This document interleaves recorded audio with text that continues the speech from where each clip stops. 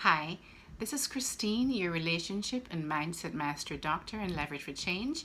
And today I'm coming to you with another some information about relationships. And this is not only going to be relevant for relationships, it's really going to be relevant for our lives as a whole. Before I forget, I always forget to show my book that I have. It's on Amazon. So it's Nuggets of Wisdom. I hope that you can see it and it's not upside down.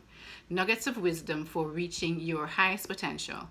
And it's really very like bite-sized tips. You can read one page at a time. You can read the whole book depending. But it's a nice large print, and you read a story and there's a little quote at the top and there's a little nugget at the bottom that you can use to really guide your life each day. And I've gotten good feedback from people who've read it. It's on Amazon. It's Nuggets of Wisdom for Reaching Your Highest Potential. And I'm actually in the process of writing another book, which is more geared towards relationships. But I wanted to throw that out there. You guys get it. It's the people who've read it have really enjoyed it and found some use in it. So today I want to speak about triggers.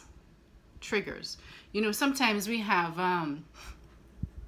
sometimes we have things happen to us, and you'll see, and you just get triggered by that something so quickly that you get angry, or you start feeling depressed, or whatever feeling that trigger elicits. And I think we have the tendency to believe that these are things we can't do anything about, that we can just that we just have to kind of live with it. But no, guys, we can actually work on these triggers so that they're minimized, so that we can more manage our lives to live in a better state, instead of being always being emotionally triggered by everything in our past. Because really, these triggers come from our past. And these triggers, guys, they could come as far back as when we were children, when we were, and some of these things that we don't even remember happened, but everything that we've experienced is stored in our subconscious, right?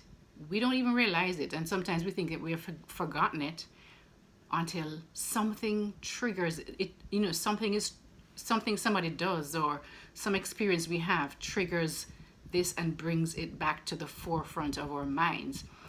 Now, a lot of times we are not aware of what it is that's causing us to behave in the way that we are behaving. We just know that something about someone or an experience that we have had is triggering something negative in our lives, right? So how do we work on these triggers? How do we manage these triggers? Because we can manage them. Now, it takes work, guys. Nothing is easy, especially such that these emotions are ingrained into our subconscious for years and years, depending on how old you are. And so you cannot expect that it's going to take one time trying to do it to really manage those triggers, right? I did another video earlier, which was focused on controlling the different steps that lead to what we do, behavior. So that is like the beginning stages of really becoming aware, because as I mentioned before, awareness is always the beginning of any kind of change that we want to do. If we're not aware that we have a problem, we're not going to want to change it, right? So that's why awareness is really important in making any changes that is going to be long lasting in our lives. So first of all, the first thing that we do, say for example, we see someone with a belt, we see someone with a belt, and maybe the facial look of somebody who's angry, right? And somebody who was abused will probably respond in a way with fear, because maybe during their childhood they were abused, physically beaten, with belts by their parents. And so when they see that, and it's accompanied with this look of anger, then they get triggered. Something is triggered inside of them that makes them fearful. So, how do we handle these triggers when they come up? Because they come up automatically, and sometimes we're not even aware of what is causing us to feel that emotion of fear, right? So, what we need to do, the first question we used to ask is, what emotion am I feeling? You have to do something like a self inquiry. So, the first way to getting to what that trigger really is ask yourself the question, what emotion am I feeling right now? And in this case, it's going to be fear, right? And ask another question, what do I have to believe about this situation to elicit that emotion? Well, when you realize it's the fear from maybe being abused, physically abused as you were younger, when you were a child, then you may say something like, well, I have to believe that, I have this feeling of helplessness and hopelessness that I can't escape from this because, where do I go? I can't leave my parents. They're the ones who, feed me and clothe me and whatever it might be. And then you could ask the question, so you might feel that you're really pretty much at the mercy of your parents, and then you just have to be there to take, whatever that is. And that's why you had that feeling of helplessness. So what you can ask yourself next is this belief still true of this situation that I'm feeling? Because no, it's not true, because now I'm grown, I live on my own. I don't have to be afraid of my parents beating me anymore. I can take care of myself. So this is no longer true. So you can now say, okay, so therefore I don't have to be afraid of this anymore, and I can deal with this trigger that this physical abuse from my childhood is causing, and just face that belief that it is no longer true. You're now in control of your life and you don't have to be afraid. So this is how you kind of address each trigger that you will come up with when you get triggered by something in your past, by some experience. Because everything, guys, every time that we're triggered about something, it is from some experience we've had that is triggering it.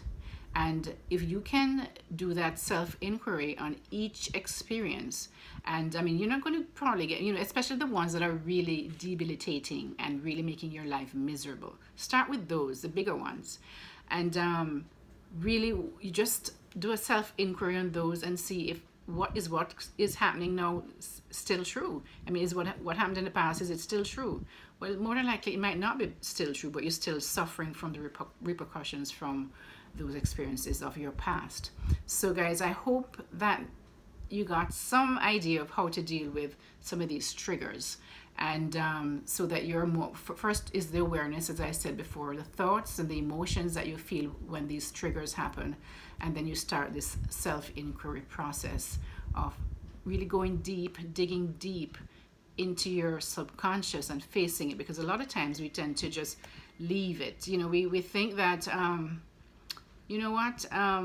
this is how I am, and this will never change, and so you kind of succumb to those feelings when these are things that you can change. So I encourage you to try this very simple process.